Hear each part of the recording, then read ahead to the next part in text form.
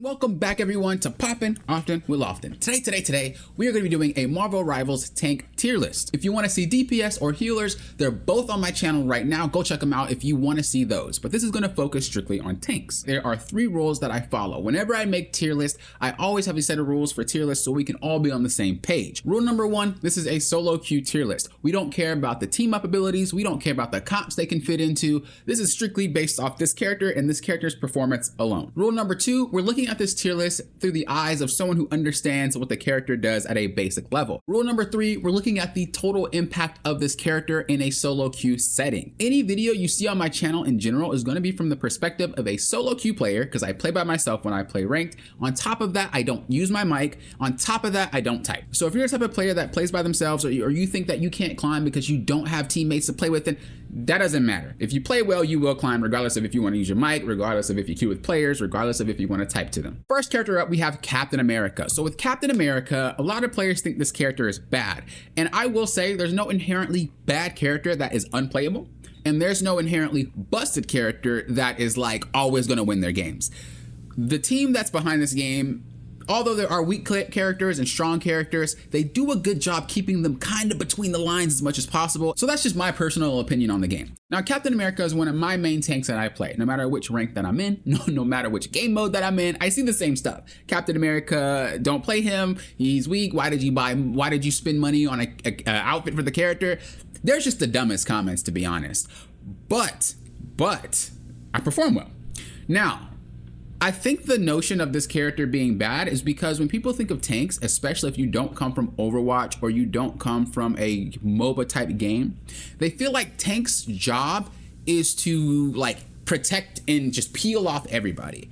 When you're playing a game like this or any MOBA, the tank's job is not to protect the team. The tank's job is to keep people away from your team by creating space. Let's just say someone jumps to the back of my team, I can't turn around. If I turn around and the people that are in front of me or us as a team start moving in, I'm not even looking towards them and I'm gonna die. They're just gonna collapse on me. When you see a tank in this game, no matter if you're high elo or low elo, they are not there to protect the team. Just getting that out the way right now. With that understanding, you can see why the community feels Captain America is bad, because they're not used to the idea of a dive tank. They're used to that traditional, I have a shield in front of me and let me just walk forward tank, which is what Doctor Strange is, but we'll get to him in a minute. To play Captain America, you have to learn how to play a dive tank. And if you don't know how to play tanks or you don't know how to play specific styles of tanks, subscribe to my channel. I will be making videos on how to play tanks, on how to play different types of tanks, different types of DPS, different types of healers. You're gonna learn a lot from this channel for Marvel Rivals. So again, subscribe that way you are notified. That being said, let's place this bad boy so we can move on to the next characters. So in my personal opinion, Captain America is one of those characters that are just based on your skill level. With a character like this, I like to explain him kind of like a calculator, right? You could put a calculator in the world's dumbest person's hands, but I guarantee you they can't solve a problem because of the world's dumbest person. That's a weird analogy, I know, but work with me. So that being said, if you give the calculator to someone who's like a physicist or something like that, right? Then in that scenario, that person can use a calculator way better. That's Captain America. If you understand how to use him, you will use him and you will climb and you will start seeing great success.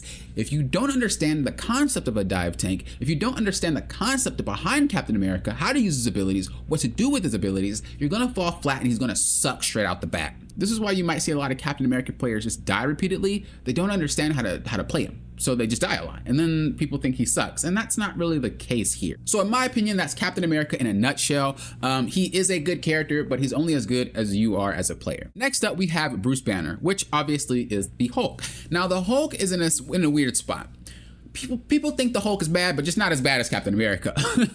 The Hulk is considered a dive tank. And we talked about this before with Captain America. The thing is, Captain America is fast. The Hulk is very slow. And his hitbox is also huge because the Hulk is a big character. On top of that, when he ults, it's timed. And on top of that, that makes his hitbox even bigger. So like this dude is very slow. This dude has a massive hitbox. And the only thing you can really rely on is your super jump. That's not to say this character is bad at all. This character is not bad. This is my second tank that I main. I actually mained him before Captain America because Captain America felt weird to me at first. Understanding Bruce Banner is hard because you really have to think about how you engage and how long you can stay in that fight. He has no range. He has one attack that's a ranged attack, and that's it. A lot of the times, especially in higher ranks, you're going to see Hulks kind of go 0 to 100. And what I mean by that is they'll hop in, and if they are lucky, they will live. If they are unlucky, they will shrink and they'll die or they'll run away. You'll see this have more success in lower ranks. His steam is going to last longer. But in higher ranks, should a Hulk jump in, he will get blown up. So you really have to understand when to go in. Not only that, you have to really understand when to get out. So you have to understand two fundamental things: how to start a team fight, like when to engage in a team fight, but also when to leave one and when you can stay in. So to not go too in detail, the real thing that this character has is the ability to just jump around a lot and to shield himself. That shields can break. So if you take too much damage, it pops. So again, he's really just down to understanding when you should go in and when you shouldn't go in. And in my opinion, he's right there with Captain America based on skill level. You are not going to do well with this character unless you're good. It's the same analogy as before. If you know how to use a calculator, you're going to be a beast with the Hulk. If you have no clue how to use a calculator, then you're going to just be horrible. And again, this is kind of an unfair rating for characters when people think that a character is bad because a baseline amount of players can't play them properly, right? This is what we call a high skill floor character, where you need to be better than average to even pilot this character. And then the skill ceiling is even higher because the floor is now lifted. You know what I mean? So the Captain America and the Hulk are in the same range, in my opinion. The next character that we have is Groot. Now, Groot is a troll. The character is so troll, it's insane. So on a base level, Groot is actually like, even if you have no clue what you're doing, he still works, because the thing about Groot is he excels when he just chops up the team as a whole. So like if the tank moves in and Groot just manages to put a wall behind the tank, the healer can't heal the tank. And if the healer is by themselves, they're gonna have to try to break down that. And by the time that happens, that tank will probably be dead. And this actually continues even to higher ranks. Some people just do not focus the wall and break it down. So you have people just leaving the wall up, and Groot just has a whole bunch of walls everywhere, and this guy just KOs everybody. He also has a guideline to how far his hits can hit. I don't know if you guys have seen it, but it's very faint. It lets you know when someone's inside of your hitbox. Not many characters have this. So understand that this guy actually has the ability to know and measure how far away someone is and if they'll be able to hit them. The other cool part about Groot is that he's self-sustaining. So if he has the brown wall up, he actually ends up healing himself. Now, when we're talking about the other wall that he puts up, the smaller green wall, that will attack players based off who you attack or who your teammates attack. So this character is very self-sufficient without even actually understanding what he's doing. And when you think about his ultimate, it's such a great wipe tool that all you do is press the button, and as long as someone else has an ult with you and they ult when you ult, which is usually fairly common, especially once you get to high ranks, that's a wipe, period. Just ult and then Spider-Man ults, or ult and then Black Panther ults, or something like that, and it's a wipe. This character is generally good once you get a hang of him though. He will take a few games, but as I said before, this tier list is based off the fact that you understand like the basics of the character. Groot is just a solid pick in general. He is weird. Don't get me wrong. He is weird, but he is good. So if I were to put Groot anywhere, I'd definitely put him into the best picks. The best picks are characters that even if you pick them and you have no clue what you're doing, you're probably going to win more often than not. And as you get better, you're going to start seeing more wins because you actually start to understand how this character works and how he functions. And these characters are usually good no matter what comp they're in or no matter what comp they're against. The next character that we have is Magneto. So Magneto, the thing about Magneto is he's very mid-range of a character. He's one of those characters that are really good when you keep them in a certain range from you. I like to consider him more of like a support tank, whereas the other three tanks that we talked about can be kind of like a solo tank. Magneto's more of like, I will tank, but after someone else picks tank too.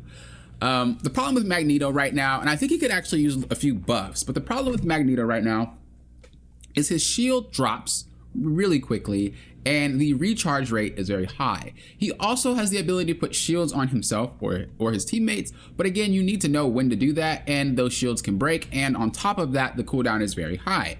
Then when he ults, his ultimate can be destroyed. If he sucks in too many bullets or too much damage within that ultimate when he's lifting it up, it will break. So it's very hard to really classify Magneto, especially once you get into higher ranks. If you decide to ult with Magneto and there's a Doctor Strange, he's gonna block it. So he's in a weird spot. He doesn't really have that great damage, in my opinion. His attacks come out too slow. I will say he doesn't suck, but he could use some buffs. I think with Magneto, it'll just be based off your skill level. I don't think that just because you understand how to play a tank, you understand how to play Magneto. That's not how it works. You are going to need to learn how to play Magneto, period. After 10 games, you still will suck. 20 games, you most likely will suck. You are really going to have to understand how this dude works, what's the best ranges to keep people at, how to use which abilities and when to use which abilities. Like, they are rough. As a matter of fact, I'm going to just put him at not worth learning right now. I think that Doctor Strange just does what he does 1,000 times better, and it's just not worth learning him right now until they buff him and give him a better identity. Right now, he's just a weaker Doctor Strange, and honestly, it's not worth learning him, in my opinion. Now, that being said, you can climb with this character. If you love Magneto and you think his design is great and you really love the character, play him. There's nothing wrong with it. You will win games. I'm just saying, should you have decisions and you want to choose based off what's probably the better pick for you, Magneto would just take too long to learn, in my opinion. And even if you do learn, he's still lackluster. Like, even if you're good, he's still lackluster. He's not as good as the other characters that don't have to do anything at all. So I would definitely recommend not learning him right now until he gets a buff of some sort. The next character that we're talking about right now is going to be Peni Parker. Character is busted. Peni Parker is like overloaded. Okay, so there's a lot of things that make Peni Parker just an absolute menace. First things first, a lot of her traps, which are the mines that she puts down, or the spider nest, requires players to understand you need to destroy these things. The lower rank you go, the less people actually pay attention to things that characters spawn on the map, and they won't break them. So you have Penny sitting on her nest the entire game because no one decides to break them. DPS go all the way in the back and they can hit it, but they don't. On top of that, no matter, even if you get to higher ranks, people still don't destroy the nest sometimes, and she's just left sitting there. She can heal herself, so she's self-sufficient. She has a ton of damage, so she can blow up anybody that decides to walk in her face. The thing that like makes her bad is if everybody understands that you need to destroy every little thing, and that will never happen, especially if you play by yourself in a solo queue match.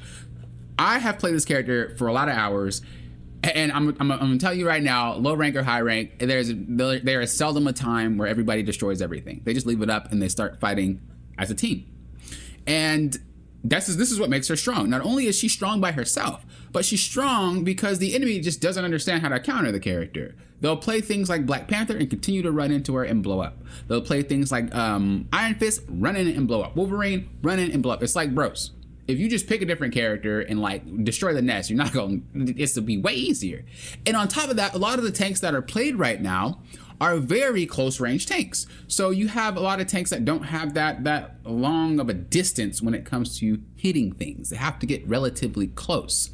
So in my opinion, this character right now as it stands is an elo inflator. These are the characters, no matter what you do, no matter how bad you are, you will win games, period. They're so easy to play and they are so strong that they are definitely worth picking if you like the character. You will definitely win more games than you lose. That being said, you will run into those situations where players are good at destroying your stuff, but for the most part, you won't. And if you just want wins, you don't care about getting better at the game, you don't care about... Now, that sounds bad. You can play Penny and get better at the game. You can become a good Penny. That's not what I'm saying. But if you're someone who's like, bro, I just want to climb, this character will do it. If you're like, bro, I don't care about learning how to be efficient with her, I just want to play and win games, this character will do it. Now, her weakness is pushing. I will say that her weakness is definitely pushing into something because she's more of like a camper type character. She likes to just sit in one spot and just prevent you from coming in. However, she's so good right now that it doesn't matter. so I think she's definitely on that Elo inflator list. And I guarantee that a lot of Peni players that are climbing right now, if they nerf this character and make it so she struggles a little bit more, they probably won't stay at the rank that they currently are. There are good Peni players, okay? I'm not saying that anyone who plays Peni are not good. There's great Peni players, but it's very easy to understand when someone mains a character versus someone plays it because they're strong. And this character, you can definitely tell the difference between the two. So if you want to get some free wins, that'll be the character to do it. The next character that we have is Doctor Strange. So aside from all the trollness that people do with his portals, the character is pretty solid, honestly. The character, there's not really much to say about him. He's like the basic foundation of a tank. He has a shield. He has a way to get out of trouble by just jumping in the air. His ultimate is an AoE stun, so it's a very good wipe tool as long as people are ready to pounce on whoever you decide to ult. His shield is very tough. He does great damage. Like, this character is really, really good, and if you learn how to play them, he's just a solid, like, basic pick. If you really don't know what to do, or maybe you're filled, he's just a solid pick. He's gonna take a few games to get used to him, I won't lie about that, but once you do, you're gonna be able to whip him out like nothing, and you'll be able to win a lot more games. And should you main him, he's just solid. He's solid. He's probably one of the most played tanks in the game right now, no matter what elo you're in. Because he's just that solid. He's good. He's a great kid. He's awesome. Not really much more to say about that character. Next up, we have Thor. The character is busted right off the bat. And he's insanely broken, and I think he's gonna get nerfed. There's no way that he's gonna stay in this current state. They might not nerf him completely. They might like do little itsy bitsy pieces of Thor, but the character is busted. The only counter to this character is if you CC him and blow him up. Only counter. But he is a dive tank just like the rest. However, he has a self-sustain. Thor will get a shield if he just uses his abilities. This means that he can self-sustain long enough for his healers to heal him. So let's just say each ability gives him 100 bonus health, so 100 shield basically.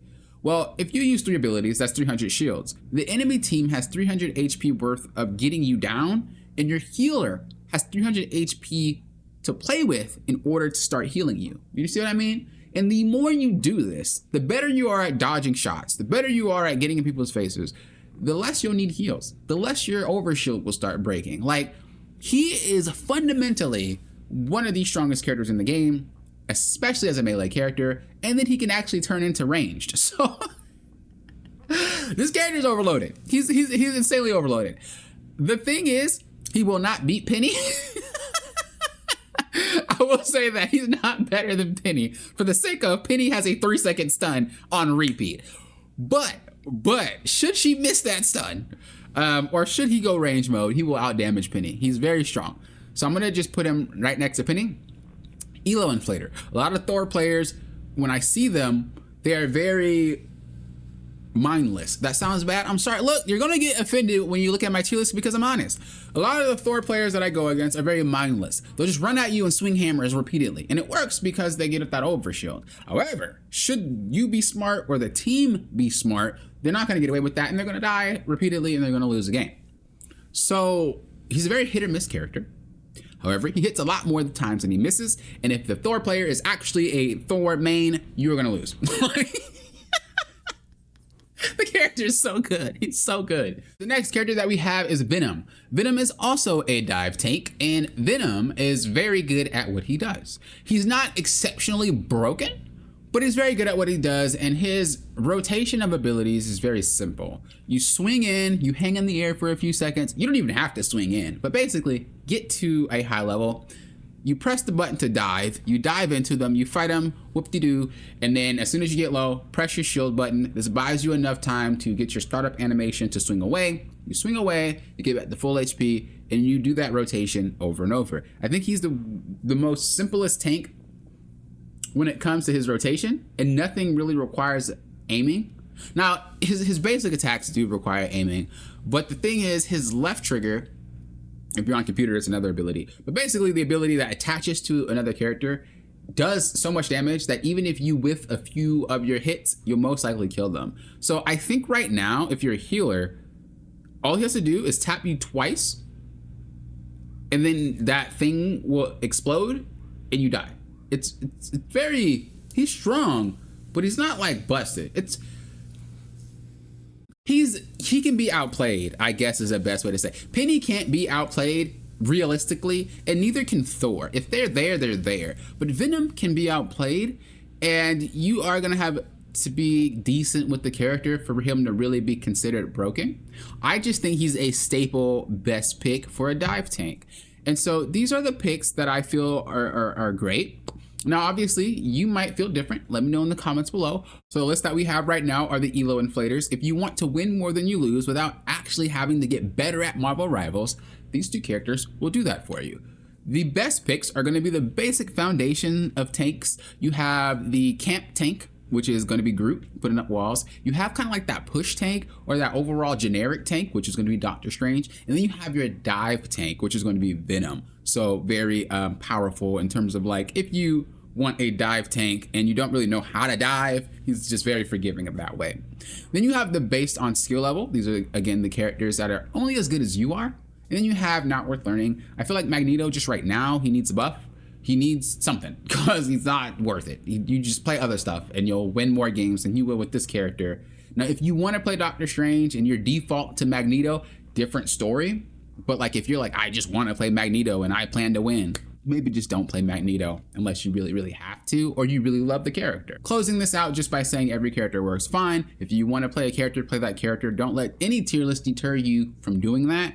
However, this tier list is just for those who might want a little bit of help on deciding what they want to play. If you want to test out the DPS list, it's already out. If you want to test out the support list, it's already out as well. I appreciate you watching, and until next time, you know what I always say. Think you guys are doing what? Popping often.